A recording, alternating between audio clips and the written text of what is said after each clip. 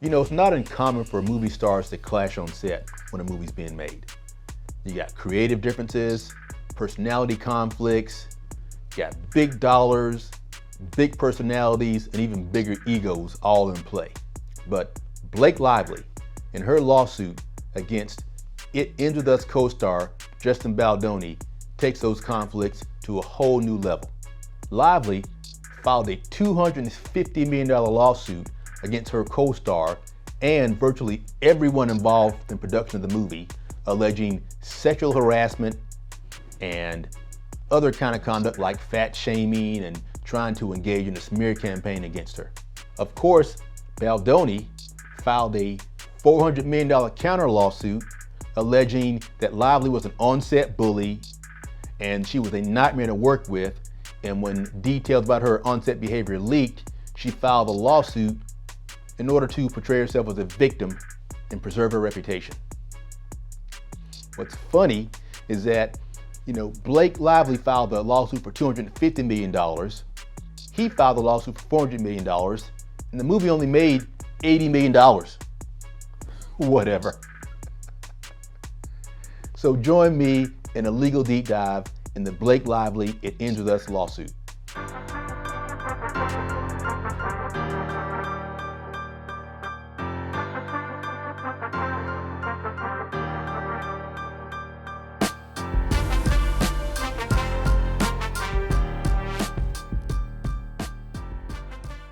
And Baldoni also released handwritten raw notes from the script with all these different scenes.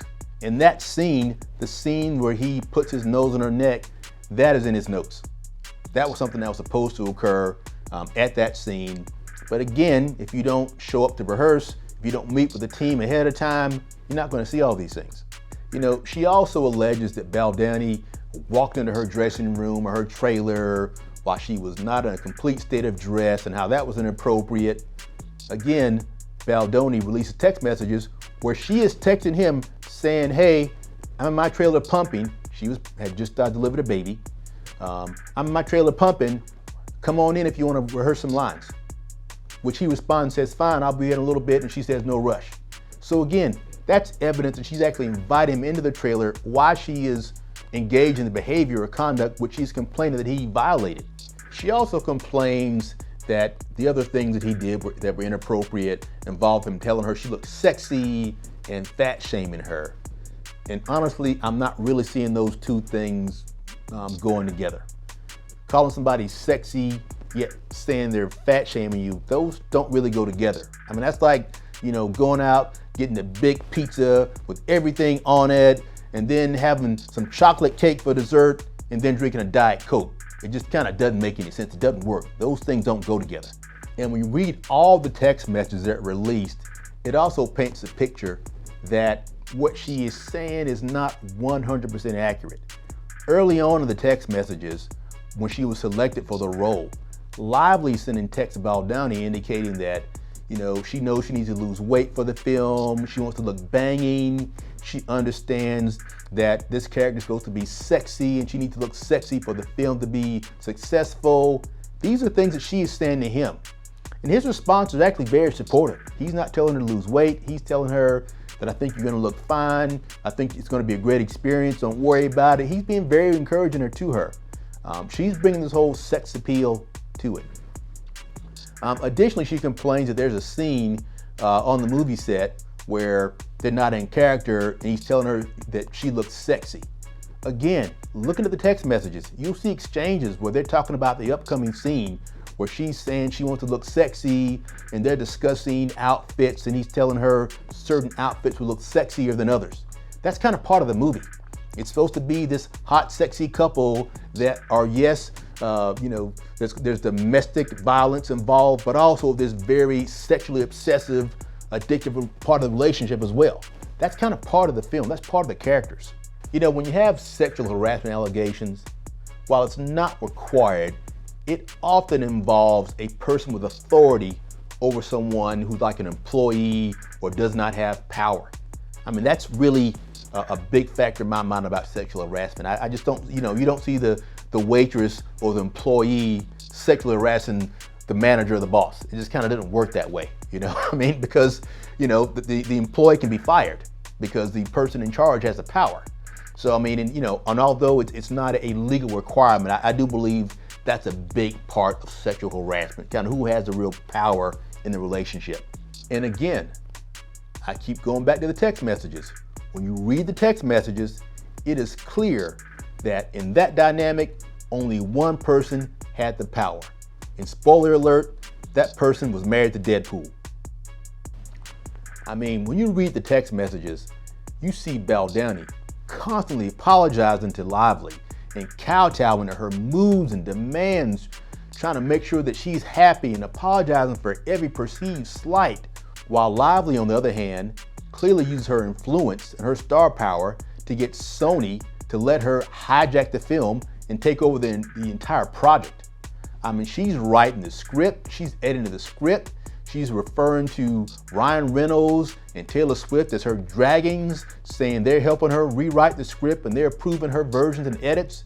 And it gets to the point where Baldoni is kowtowing and he's agreeing and apologizing. And it gets to a point where he actually asks Sony to let him see the revisions that Lively is making to the script, and they tell him no for his own movie. In fact, have you ever heard of that phrase, when a movie's released, heard that phrase, the director's cut? Well, Lively actually got Sony to agree to produce a Lively cut, which was her version or vision of how the film should be produced and how it should look.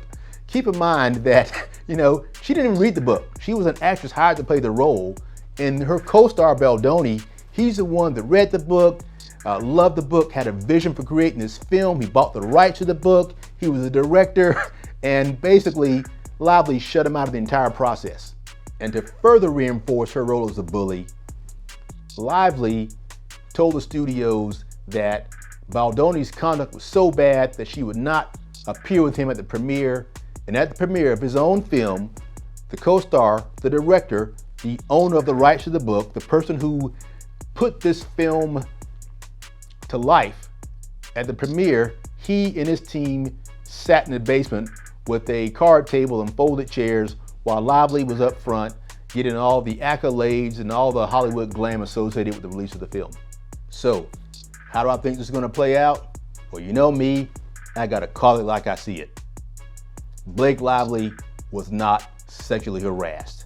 She was an on-set bully, and she wasn't fat shamed. And I want to be clear, I'm not advocating fat shaming in a personal context. However, even if she was fat shamed or someone talked to her about her weight, she's an actress in a movie. I mean, that cuts both ways, whether you're a female or whether you're a man. We've all seen the Avengers movies. Who wants to see Thor with a big giant gut and no muscles? You think they don't get on those guys to eat 5,000 grams of protein a day and work out 6 hours a day so they can look all buff? You're gonna tell Hemsworth, no, you can show up looking like Thor with a big beer belly and a dad bod and don't work out and eat pizza. It's all good. No, that is part of the job. If you're an actress or an actor, you look the role for the part. Historically, actors will tell you they not only lose weight for parts, they will gain weight for parts. That is all part of the process. And if they talk to her about her weight at all, that does not give rise to civil liability in any context. I think what's more likely is that Blake Lively is a grown-up mean girl who ran roughshod over everyone involved in the movie, and when news of her behavior leaked, she filed this lawsuit to try to protect her reputation and make herself out to be a victim. I also think when this case does go to trial, it's going to put Blake Lively in a very negative light when all of her on-set behavior becomes public. Can you remember the situation with Amber Heard and how that worked out for her? So, what do you think? Do you think Blake Lively is a victim of sexual harassment by this evil Hollywood director?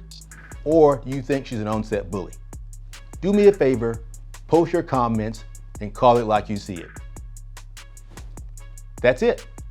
Well, that's all I got, but I do appreciate you taking the time to join me on this legal deep dive. I think it's always fun to discuss these topics, tell you what I think, and get your feedback.